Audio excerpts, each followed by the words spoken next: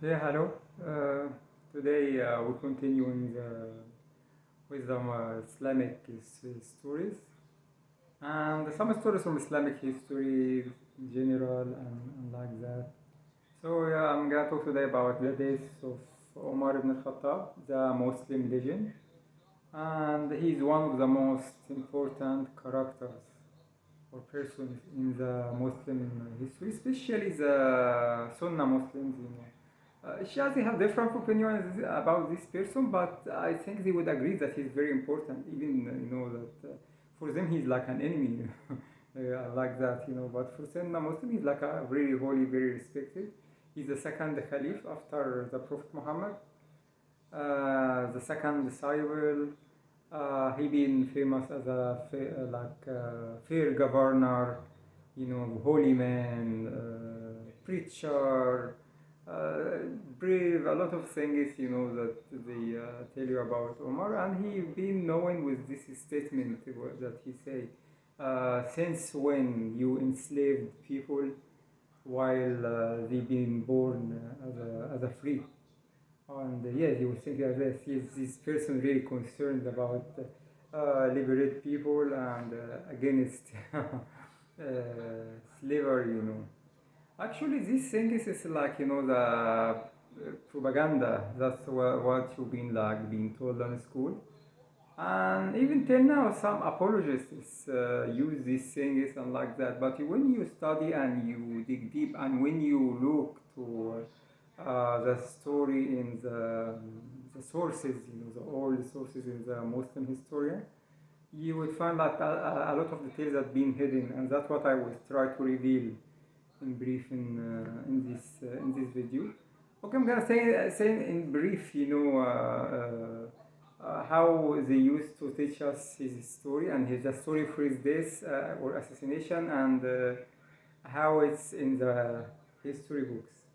Okay, and what been hidden, Okay, and I don't know it's been hidden intentionally or not, but I think it's intentionally hidden. Some details been intentionally hidden.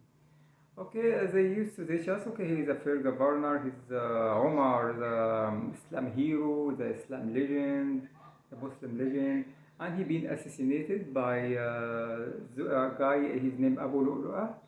He was. They told him Abu Lu'lu'ah al-Magusi. Magusi means like Zoroastrian. It's like they think that he was. In one of the old Persian religion, and he was a Persian man. And sure, Shia they have different opinions. They think that he was a Muslim, and like that. And even they say how he was, in this religion, he's non-Muslim and he's in Medina because there is no non-Muslims in there. But anyway, because this is not important for us. Okay, this guy he was Persian and he was in Medina, and for some reason they don't know why and how he just stabbed Omar ibn al-Khattab while he was praying in the first prayer. It's called the Salat al-Subh, or they will call it al-Fajr, means dawn, the first prayer in the morning, and they say that he stabbed him several times. One of this stab, it was like down his stomach. It was the most fatal one that it killed him, and he died. And that's it. They don't tell you any details. That this guy he has his hatred in his heart against Omar and against Islam, and some grudge, about Islam and about Muslim people. Okay, when you go to the source, first thing that it will surprise you that what this Persian man was doing in Medina. Actually, this guy is a slave. Okay, this is the first thing that you'll be surprised with. Okay, that he was a slave, and in Medina there was a lot of slaves. Okay, even Abdullah ibn Omar, the son of Omar ibn al-Khattab, he had slaves.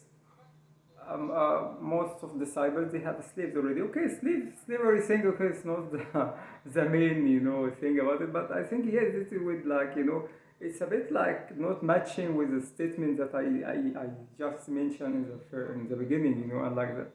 And this slave he killed Omar, And Ibn Taymiyyah, he talked about Abu Lu'lu'ah, the one who assassinated Omar. He said that he was sure he condemned them, he condemned him, and in all books he condemned this person, And Ibn Taymiyyah says that he killed Omar as a revenge for his people, for what Omar, he said like this literally, for what Omar and the Muslim did to the Persian country, and for what the Muslim did for his people and for his country and for his leader. So actually, this guy, he was a Persian and he was a handyman. He was clever. And he's a witty person. Know how to do different things and like that.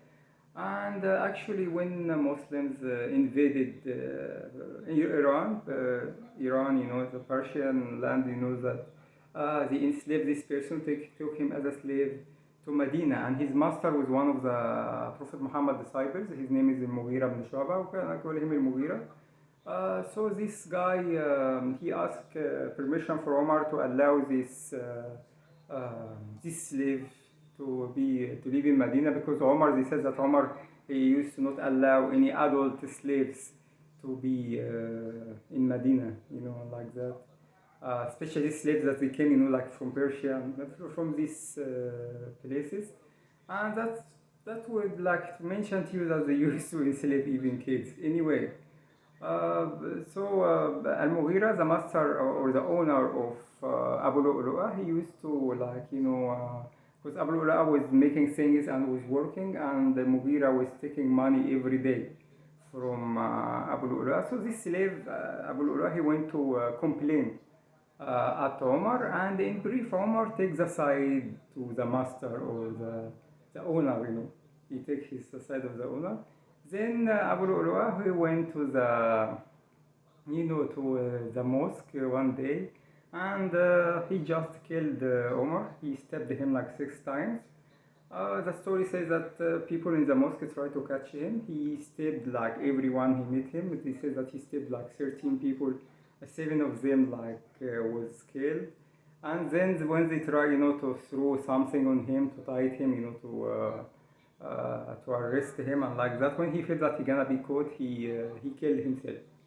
Okay, before like that. So when you look at this person, he killed himself. And I'm sure when you go to kill like a caliph or king in his place and like that, that you will never, it's suicide, So this guy, he has his reason, to do that. Okay, I'm not inciting violence or anything like that, but the thing is, when you look at it from different, like now when I look to see it from different, sides, so things sound very different for me now. Funny enough, I see a video of a Muslim sheikh. Sheikh, it means like priest in Christianity, Muslim cleric. Okay, well, I'm gonna say sheikh, so the sheikh, you know what I mean. Okay, so the sheikh was talk about. He was talking about Abu Lu'lu'ah, how he says that I don't, and really, when I look to this story, I don't understand why this guy would kill Omar ibn Khattab. And for me, it was funny, okay, really, it's weird, for some person to to try to attack or to kill or the leader of the people that he enslaved him and he enslaved his people, and like that. The worst part in the story, after the death of Omar, one of his sons, his name is Ubaidillah, he decided to kill every Persian person in Medina, and he already killed like 2, I think. He killed a guy, his name is Hormuzan. He was a Persian prisoner too. He killed him, and I think he killed another guy. I think he was even Christian. He killed him. And even the worst part, he killed the daughter of Abu Lu'lu'ah. They said she was just a kid, and I heard that he killed her too, and like that. So these details, they never teach you that in the school, and you will know it, Sure, I'm against violence and all things like that, but when you look to the story now, when you look to the sources, sound very different, like that, because school, it's like, to tell you, it's like just Abu Lu'lu'ah went to go and he decided to kill and assassinate Omar and like that, and he never mentions that stuff. and it give you some, you know, a light, a bit, you know, highlight on the slavery in Muslim world. This slavery that it was lasted till the 20th centuries. You know, slavery was in Muslim world. It was there till 1960s. Maybe later we'll talk about this slavery issues now. Okay, the video is about to end. I wish you you like the video and see you another video. Bye.